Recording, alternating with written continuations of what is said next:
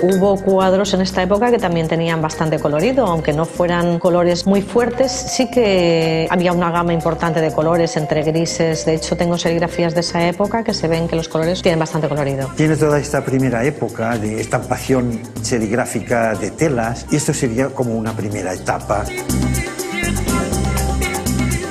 Después viene la etapa de lo que sería Rosa Torres y el paisaje, la naturaleza. Quizás podría decirse que en sus primeros cuadros está visto desde un punto de vista como más puntillista, un mundo más lleno de detalles, para después ir evolucionando hacia algunos momentos en los que yo creo que llega a quedarse sin nada representado, y creo que ese punto de fuga le hace volver a retornar de nuevo a mundos más seguros.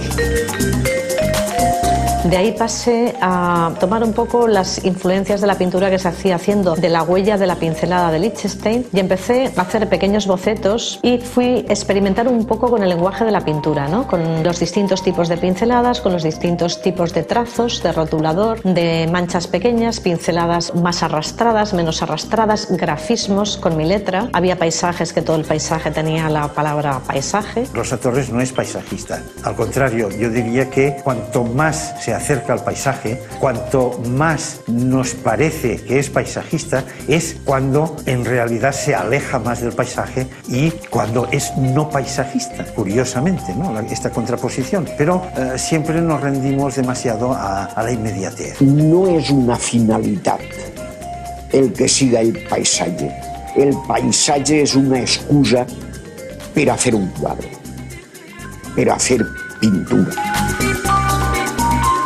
De tomar los paisajes de Rousseau, que eran como selvas que yo trataba de desorganizar porque los árboles los tenía perfectos, de pasar de Rousseau a pasar a imitar, a mirar a Ortega Muñoz, e intentar hacer series de paisajes con manchitas muy organizados por cuadrículas, con tipos de pinceladas distintas, con grafismos, utilizar grafismos distintos, como el grafismo, esta serigrafía de la serie Rousseau-Foret, que eran árbol, hoja, tierra, hierba, y a cada grafismo le daba una forma distinta o un sentido distinto, una dirección distinta a la escritura, para que la misma escritura fuera dibujando la imagen.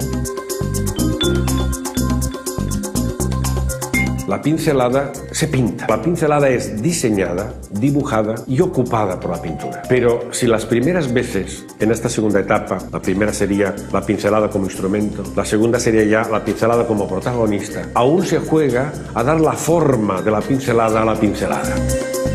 Si tuviéramos que hablar de ese paisaje de la pintura, uno de los elementos importantes, junto a la construcción de las formas, junto al tratamiento del color, del que algo hemos dicho antes, estaría casi el protagonismo de la pincelada. Siempre he visto un poco que he tenido etapas más desorganizadas, como más expresionistas, rápidas, cuando realmente toda mi pintura ha sido una pintura muy trabajada y muy estudiada. Las manchas nunca han sido realizadas directamente sobre la superficie del cuadro, pero que son manchas dibujadas, no son manchas de primera impresión, ¿no? Pero en esa evolución, la pincelada deja de ser pincelada para convertirse en forma autonómica. Por una parte, en el primer encuentro parece que su obra es enormemente directa y enormemente simple y enormemente fácil, cuando en realidad, a medida que la vamos conociendo, vemos que la obra de Rosa Torres es enormemente compleja, enormemente rica en posibilidades y en maneras de presentarnos la construcción de la obra de arte. Va afinant i n'hi ha molt de blanc al fons, n'hi ha taques més separades, però això precisament és una cosa que fa tindre que medir-se més, tindre que estar més pendent del resultat. Un tercer momento sería la reinterpretación de los cuadros de historia o de algunas imágenes que puede encontrar en algunos libros o escenas que le han gustado. Ella no hace una reinterpretación, ella hace una nueva visión, pero estructural, de color, que es completamente distinta. pintura que me habla de sí misma, con elementos sígnicos, con elementos semánticos y, si queréis, con ese elemento pragmático de la riqueza de la propia historia sobre la trayectoria y la influencia que Rosa Torres, de alguna forma, ha hecho suya. Yo veo que la evolución de Rosa, lógicamente, ha existido, pues una persona tremendamente inquieta, tremendamente trabajadora, en que los bocetos cuentan muchísimo. Su evolución ha ido hacia una pureza tremenda en la pintura. En el trazo cada vez es más seguro, es como si abandonara el tema y se hunde más en la pintura. Hay una estación en su pintura, indudablemente, pero claro, como siempre estamos acostumbrados en la estación de no ver el tema, eso puede despistar, pero sí, esa intensidad suya, esa densidad en el trazo, hace que le lleve a una pureza en el color y a una pureza en la pintura tremenda que le lleva hacia la abstracción. Yo he sido una persona que he ido trabajando todos los días, muchas horas, y he tratado siempre de ir buscando nuevas soluciones. Lo que sí que veo a lo largo de toda la obra, que trabajando poquito a poco, el cada día con seriedad, al final vas encontrando soluciones nuevas que al principio no veías. De mi obra destacaría la simplificación, la síntesis y la composición.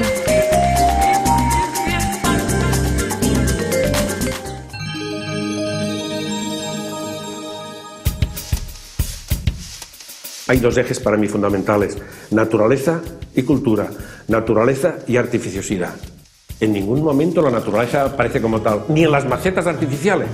La naturaleza solo es la imagen construida, e incluso podríamos escribir la palabra naturaleza. El estilo de Rosa ya se sale del pop, llega a la abstracción. Hay un gran mundo oculto, lleno de audacia, que está por analizarse. En parte, yo creo, es la grandeza de su pintura, lo que encierran las apariencias engañosas de la pintura. Ese estilo, si queréis, plural, cargadamente evolutivo, como he ido matizando, es tan sutil que exige una mirada más sutil aún para poder interpretar las claves de esa escalera. No se trata de un rellano, se trata de una pintura, si queréis, zigzagueante. En torno a el eje de una escalera de caracol, podría, metafóricamente, hablarnos de la evolución de su pintura. La obra de Rosa cada vez es más pura y es como si fuera hacia la abstracción, cada vez más pintora. Es cada vez más pintora y se acerca cada vez más a una pureza enorme, ¿no?, de pintura. Porque ella desde el principio ha planteado la relectura de las imágenes, ha planteado la construcción de las imágenes. Y esa relectura y esa construcción de las imágenes, mirando hacia la realidad, que también, o mirando hacia la historia, han sido las dos fuentes fundamentales de su repertorio.